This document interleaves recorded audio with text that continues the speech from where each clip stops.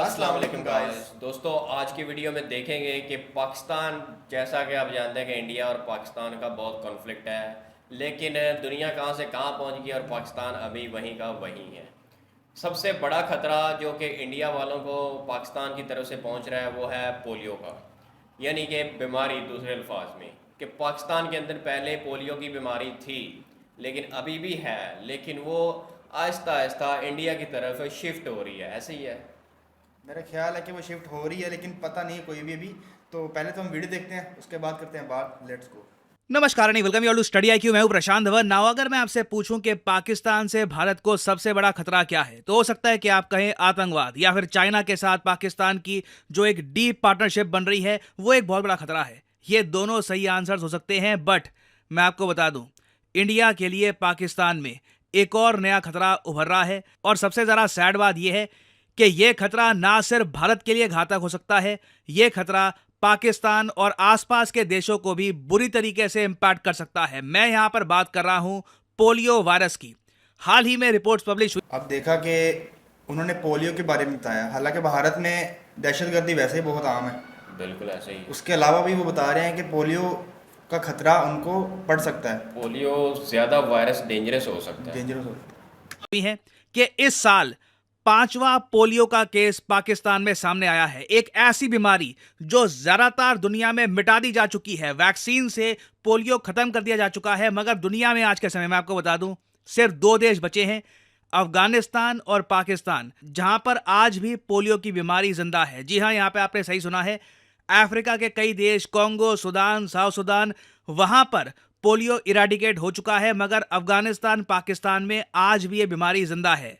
Now आप में से कई लोग जो ये वीडियो सुन रहे हैं, हो सकता है कि आप काफी यंग हो, आपको पता भी ना हो कि पोलियो बीमारी कितनी घातक थी, ये कितना बड़ा सरदर्द थी पूरे विश्व के लिए, ना सिर्फ भारत के लिए। This was a concern for the entire world. और वो कितना खुशी का दिन रहा होगा जब 27 मार्च 2014 को इंडिया को डिक्लेयर किया गया था ए पोलियो फ्री नेशन। ये एक बहुत ही बड़ा माइलस्टोन था हमारे देश के लिए।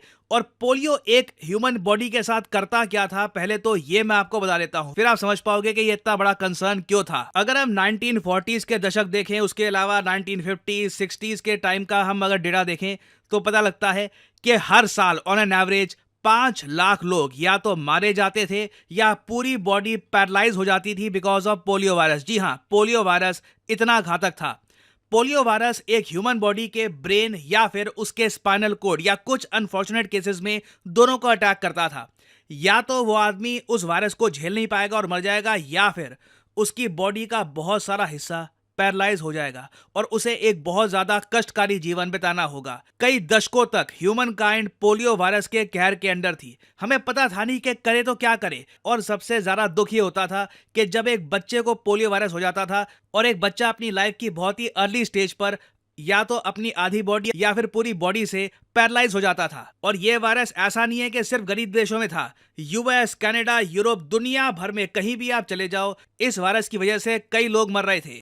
और जब पूरी दुनिया वेट कर रही थी कि कब इस वायरस की एक वैक्सीन सामने आएगी, यूएसए में एक साइंटिस्ट डॉक्टर जोनास साल्क ने दुनिया को एक बहुत अच्छी न्यूज़ दी।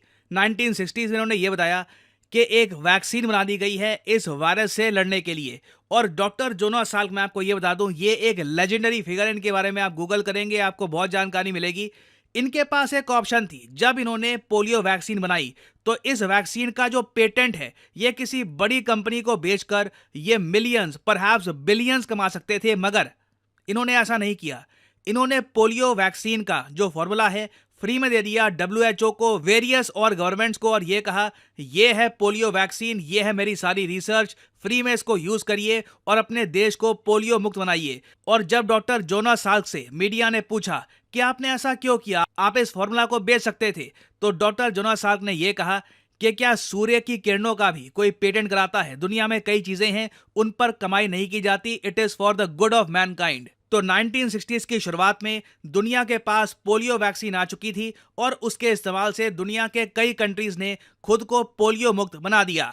ना मुझको एक बात यहां पर ऐड करनी पड़ेगी कि वैक्सीन इन्वेंट करना एक बात होती है, फिर सरकारी लेवल पर ग्रैंड स्केल पर एक ह्यूज पॉपुलेशन को ये वैक्सीन पहुंचाना, ये अपने आप में चैलेंज होता है। इसलिए काफी टाइम लग गया। वैक्सीन बनने के बाद भी यूएसए जैसे देश को 1979 तक का टाइम लग गया पोलियो को मिटाने में। चाइना को लगा 1994 तक का टाइम। इंडिया, जैसे मैंने आपको बताया, 2014 में इस वायरस को अपने देश में खत्म कर चुका था। और इसके पीछे क्या ह्यूज कैंपेन शुरू हुआ था। अमिताभ बच्चन की एड जाती थी, 2 बूंद जिंदगी के वेरियस सेलिब्रिटी, सचिन तेंदुलकर, शाहरुख खान, सब लोग पूरी देश की जनता को गुहार लगाकर कहते थे कि प्लीज अपने बच्चे को पोलियो बूथ में लेकर आइए और उसे वैक्सीन दिलवाइए। और धीरे धीरे करके दुनिया में ऑलमोस्ट सभी कंट्रीज ने पोलियो वायरस को मिटा दिया, सिवाय 2 देशों की। ये 2 देश हैं पाकिस्तान और अफगानिस्तान।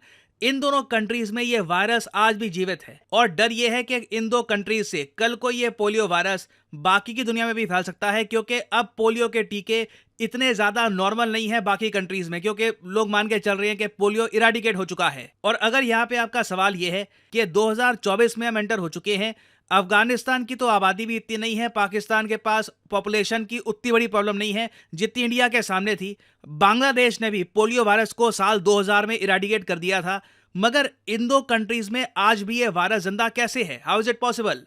वेल, इसके कई आंसर है। सबसे बड़ा आंसर तो यहाँ पर यह है कि गलत इंफॉर्मेशन फैलाई जाती है अफगानिस्तान, पाकिस्तान में कि ये वैक्सीन किसी जानवर के लीवर से बनाई गई है या फिर ये वैक्सीन बेसिकली हराम तरीके से बनाई गई है, इससे इनकी आबादी सिकुड़ जाएगी। बहुत सारी ये अलग अलग थ्योरीज, कहानियां ये अपने देशों में फैलाते हैं पोलियो वैक्सीन के बारे में, जो बिल्कुल भी सही नहीं है। जिसकी वजह से कई बार देखा गया है कि कई बार जो पोलियो वैक्सीन को एडमिनिस्टर करने के लिए जो ऑफिशियल जाते हैं गाँव में, उन पे अटैक होते हैं। कई बार यूएन के जो लोग हैं जो वैक्सीन देने के लिए जाते हैं बच्चों को, उनकी हत्या कर दी जाती है। ये ऑब्वियसली पाकिस्तान के जो रूरल एरिया है वहां पे ज्यादा होता है, अर्बन एरियाज में ये कम देखने को मिलता है। बट स्टिल ये अपने आप में बहुत बड़ी प्रॉब्लम है कि पाकिस्तान अफगानिस्तान की एक बड़ी आबादी को ये कैसे समझाया जाए कि ये वैक्सीन उनके भले के लिए है। नाउ इसके अलावा एक और बहुत बड़ी प्रॉब्लम है करप्शन।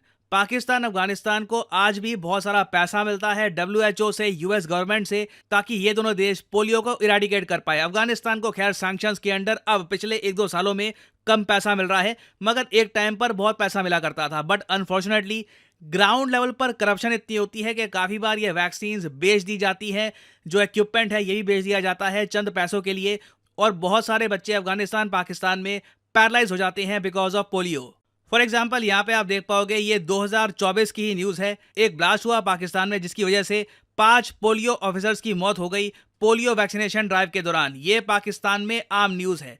नाउ इंडिया को कंसर्न क्यों होना चाहिए? देखो, हमें कंसर्न इसलिए होना चाहिए क्योंकि धीरे धीरे बहुत सारे इंडियंस पाकिस्तान जा रहे हैं, चाहे रिलीजियस कारणों की वजह से हो या फिर व्लॉगिंग के लिए हो। बहुत से पाकिस्तानीज हैं या फिर कई फॉरेनर्स हैं, वो काफ़ी बार इंडिया आते हैं, इंडिया से जाते हैं पाकिस्तान में, व्लॉगिंग करते हैं और वापस इंडिया में आते हैं। देखिए, इस सब से एक पॉसिबिलिटी हमेशा रहती है कि पाकिस्तान में जो ये पोलियो वायरस आज भी एक बड़ी आबादी में फैला हुआ है, ये पाकिस्तान से इंडिया में ना आ जाए। और एक और काम हम ये कर सकते हैं कि पाकिस्तान के साथ जो भी हमारे बॉर्डर के एरिया हैं वहाँ पर इम्यूनाइजेशन कैंपेन हम लगातार जारी रखें, वहाँ पर पोलियो वैक्सीन्स लगातार हम देते रहें, और साथ ही साथ इंश्योर करें कि कभी भी नेशनल इम्यूनाइजेशन डे हम मिस ना करें। 2023 में देखिए, जो पोलियो नेशनल इम्यूनाइजेशन डे था ये हमने मिस कर दिया था वैक्सीन शॉर्टेज की वजह से। हमें इंश्योर करना होगा कि ऐसा ना हो, क्योंकि अगर कल को पाकिस्तान से वायरस वापस इंडिया में आ गया तो हमारा जो पोलियो फ्री का स्टेटस है ये भी जा सकता है। तो ये एक बहुत बड़ा खतरा है। बहुत से लोगों को इसके बारे में पता नहीं है, but this needs to be taken care of. जो प्रॉब्लम्स पाकिस्तान अफगानिस्तान फेस कर रहे हैं, हम अलाउ नहीं कर सकते कि ये प्रॉब्लम इंडिया में भी आ जाए ना। जी गाइस, आपने देखा कि पाकिस्तान के अंदर और अफगानिस्तान के अंदर एक मिसकंसेप्शन ये भी पाई जाती है कि ये जो पोलियो वैक्सीन बनाई गई है ये हराम तरीके से है।